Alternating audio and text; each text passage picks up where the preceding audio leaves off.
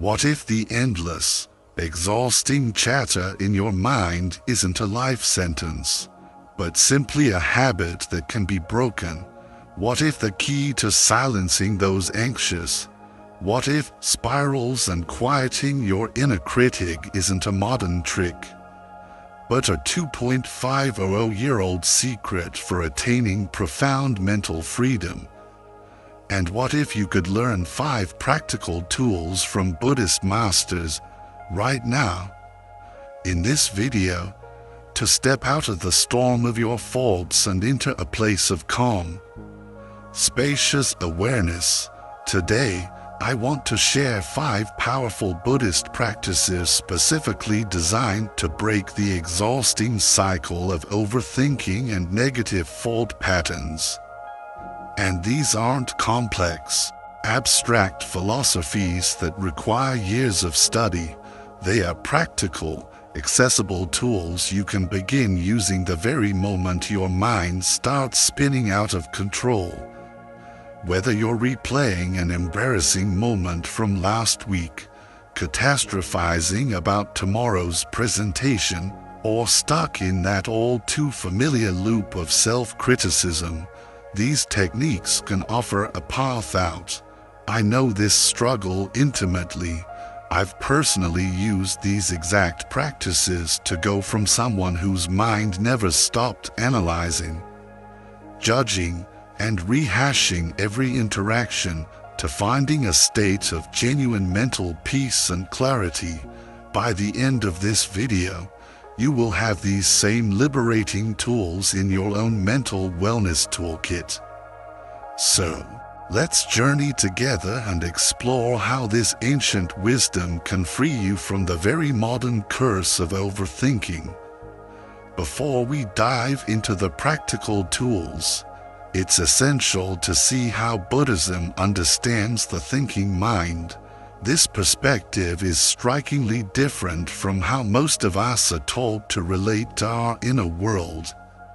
In Buddhist psychology, overthinking is the sign of what's known as vitarka vikara, the restless, agitated activity of a mind that hasn't been trained. The Buddha once likened this unfocused mind to a frantic monkey, swinging wildly from the branch of one worry to the next, never pausing, always agitated. But here is the core, life-changing realization. Buddhism does not define you by your faults. Instead, it points to a deeper truth, that you are the silent, spacious awareness behind those faults. Faults are like clouds that rise and fall within the vast sky of your consciousness. But they are not the sky itself. Once you truly see this, you are no longer a prisoner of your own mental noise. Much of our mental turmoil stems from 3 habitual patterns the mind loves to play out. First, there's the comparing mind, our inner accountant, relentlessly tallying up how we measure up, what we lack, how we used to be, or what we should be. This generates a constant inner commentary of inadequacy, envy, and regret. Second, the narrative-building mind, our inner storyteller, which loves crafting dramatic tales about ourselves, others, and the world. The danger is that these mental stories often become distorted lenses, and we begin to mistake our imagined scenarios and assumptions for cold, hard reality. And third, the controlling mind, the anxious strategist that believes if it just thinks long and hard enough, it can outsmart life's uncertainty, avoid all pain, and secure success. But this control is, and always will be, an illusion. Rather than fighting with our faults, Buddhism invites us to relate to them differently. Faults are not problems to be fixed. They are temporary mental events. Like waves on the surface of a vast ocean. When we stop clinging to them or resisting them, they pass on their own. This shift is incredibly powerful. We stop being entangled in every thought that appears.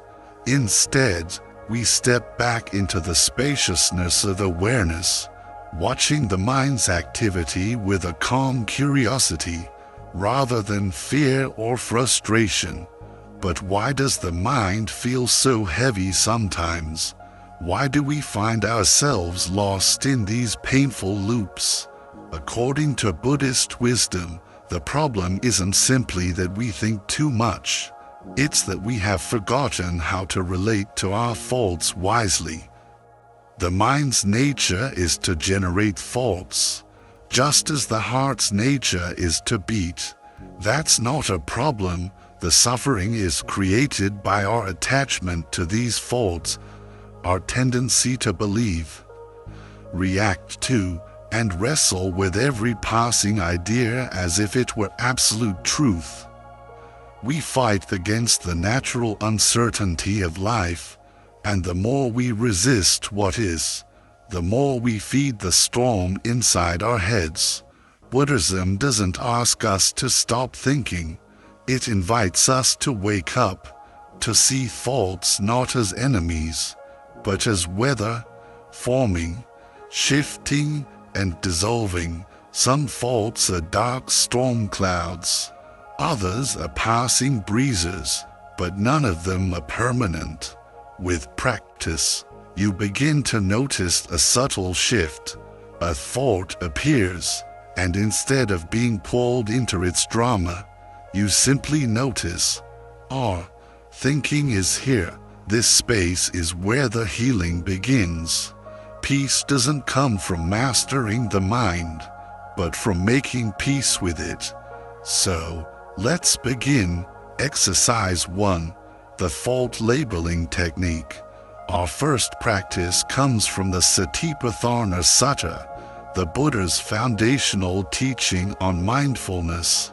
Think of this as becoming a gentle scientist of your own mind. The power of labeling is that it creates immediate distance between you and your thoughts. Instead of being lost in the thought, you become the calm observer of the thought. Step 1. Recognize. The moment you notice you're lost in thought, simply acknowledge. Thinking is happening. Don't judge yourself. This recognition is a moment of awakening. Step 2. Identify and label. Gently label the kind of thinking you're doing. Is it worrying, replaying, judging, planning, fantasizing? Giving it a simple name detaches you from its content. Step 3. Observe without engagement. Once labeled, resist the urge to follow the thought. Simply observe it. I notice worrying is happening. You're not stopping the thought. You're changing your relationship to it. Step 4. Return to the present.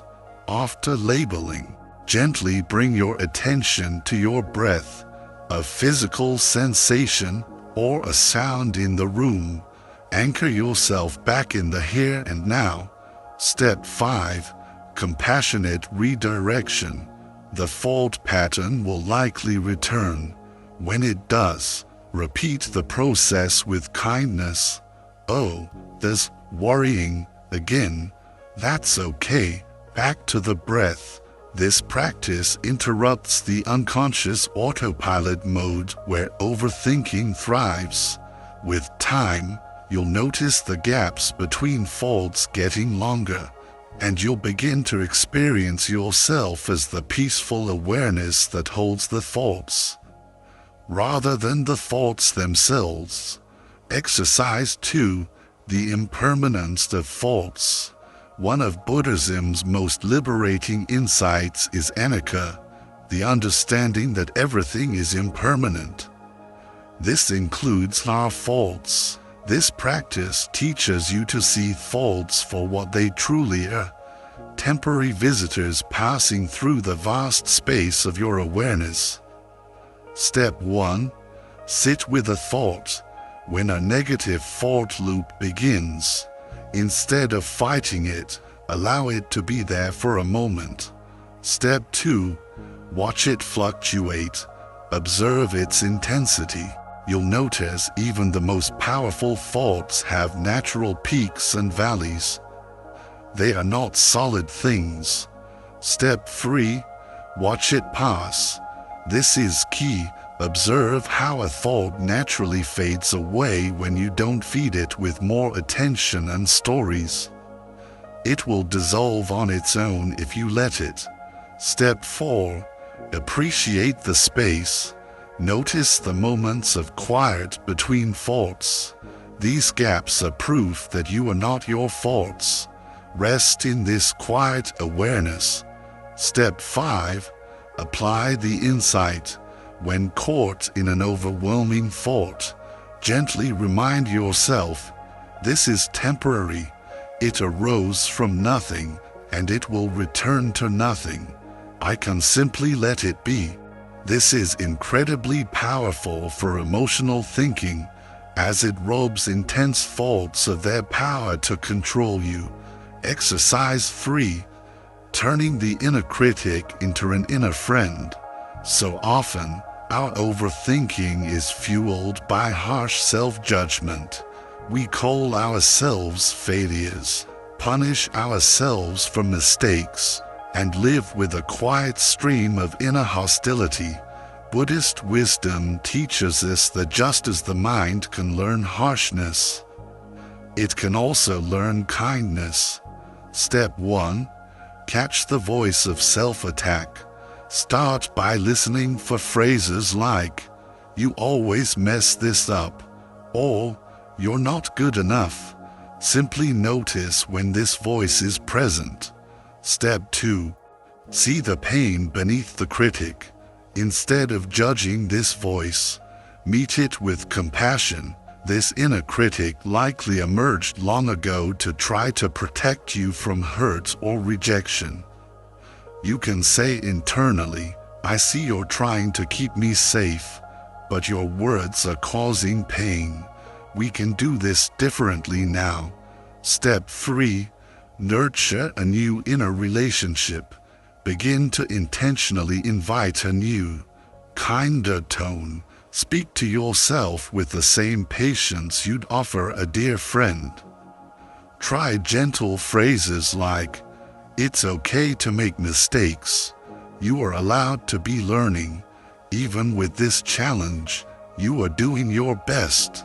So far, we've learned to label our thoughts, to see their impermanence, and to meet our inner critic with compassion.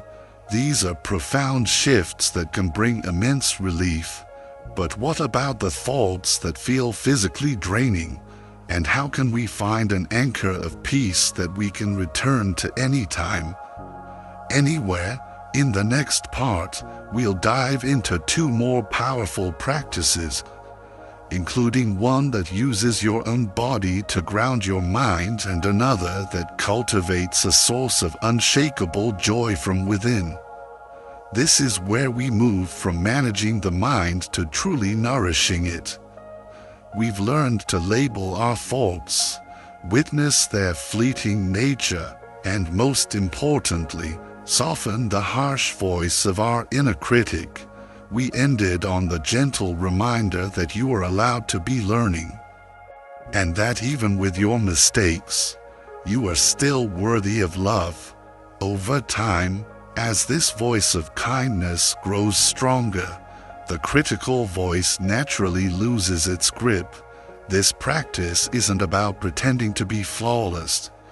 It's about creating a safe harbor inside yourself, a space where you can rest, grow, and heal.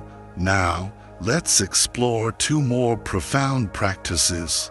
The first will teach you to become a precise, impartial observer of your mind's mechanics, and the second will give you a powerful, in the moment tool to stop a thought spiral right in its tracks. Exercise 4. The mental noting technique. This powerful practice comes from vipassana, or insight meditation. Instead of getting lost in the dramatic story of our thoughts, we learn to see the very mechanics of thinking itself. Mental noting creates what Buddhists call bare attention, a pure awareness, free from judgment, story, or analysis. Step 1. Establish your observer self. Sit comfortably and imagine two aspects of your mind: the thinking mind, which produces the thoughts, and the observing mind, which simply notices them. Your goal is to strengthen the observer. Step 2. Watch for mental activity.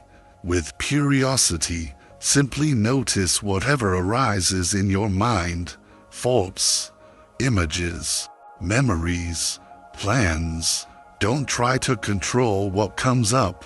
Just ask, what is my mind doing right now? Step 3. Make simple, neutral notes. When you notice mental activity, make a simple, one-word, neutral note. Is it remembering, planning, judging, imagining, doubting, wanting? Instead of getting swept away in the drama of the story, you simply note the genre. Step 4. Keep the notes simple. Resist the urge to analyze or elaborate. If you catch yourself thinking, "I'm remembering that embarrassing thing I said yesterday and now I'm wondering what they thought," simply note, remembering, and then wondering. That's it. Step 5. Notice patterns. Over time, you'll become an impartial journalist of your own mind. You'll begin to see its habitual patterns. Do you spend more time in the past or the future? Is a certain type of thought more sticky than others? This awareness is transformative. Step 6. Appreciate your mind's creativity. You'll start to see that your thinking mind is incredibly creative, not just problematic. You can appreciate its productivity while choosing not to get on every single train of thought it sends out from the station. This practice develops what is known as metacognitive awareness, the awareness of awareness itself. You begin to see that you have far more choice in how you relate to your thoughts than you ever realized. Unconscious mental habits simply lose their power when brought into the gentle light of your attention. Exercise 5. The PAUSE method. This is your emergency brake for when the mind begins spiraling. It's a mindful response rooted in the Buddhist concept of right effort, a skillful middle path between suppression and indulgence. When you feel yourself getting lost in rumination, anxiety, or replaying the past, gently apply the PAUSE method. P. Pause the pattern. The first step is simply to pause. Mentally say the word pause. It's like gently putting your mind in neutral, not slamming on the brakes. You're just taking your foot off the gas and signaling to your system, "I don't have to follow this fog trail right now," but attune to the breath. Now, take one single, slow, conscious breath. Let your attention sink fully into the sensation of the inhale and the exhale. This breath is your anchor, pulling you out of the imagined future or past and back into your body, into life as it is happening now. You understand what's arising. Now, with compassionate curiosity, ask yourself, what is really going on inside me? What emotion is underneath these thoughts? Is it fear, uncertainty, shame? Understanding shifts you from being inside the storm to observing it from a safe distance. S. Shift your focus gently. Now that you've created a tiny bit of space, gently shift your attention to something helpful. It could be the feeling of your feet on the floor, the sound of a bird outside, or the warmth of your hands. Return to the task at hand. You are gently guiding your mind to a safer shore. E. Engage with wise intention. From this calmer, more grounded place, you can now decide your next step. Instead of reacting automatically, you can respond wisely.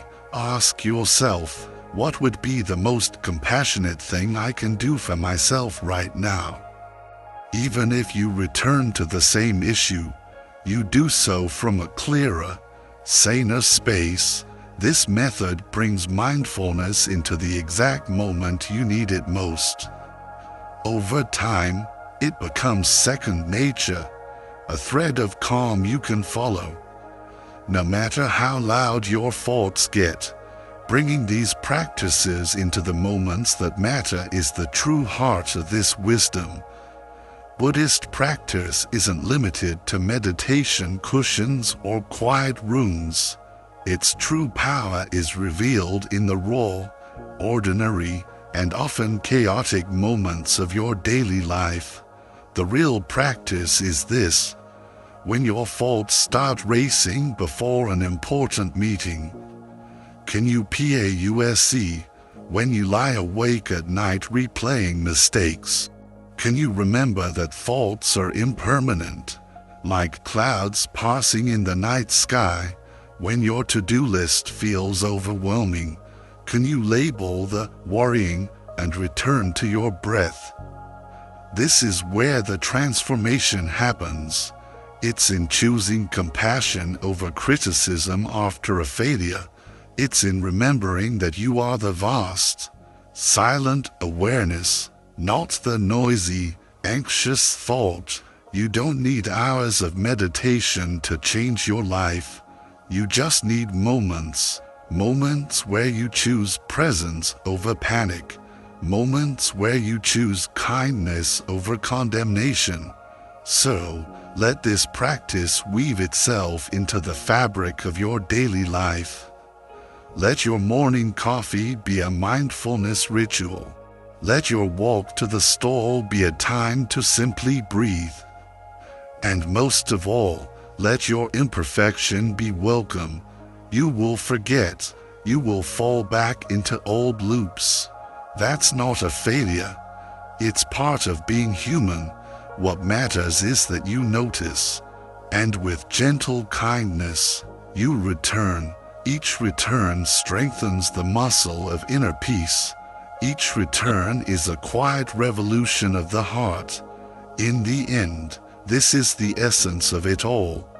To live with a little more kindness, a little more awareness, and a little more freedom, moment by moment. If these practices have resonated with you, and you want to continue on this journey of finding peace within the chaos, I warmly invite you to subscribe to our channel. It's more than just a click. It's a gentle commitment to your own inner freedom. And please, share in the comments below, which of these 5 practices are you most excited to try? Your journey inspires not only me, but everyone else in this community who is walking this path alongside you. Thank you for sharing your time and your awareness today. Be kind to yourself, and remember the peace that is always available, right behind the noise.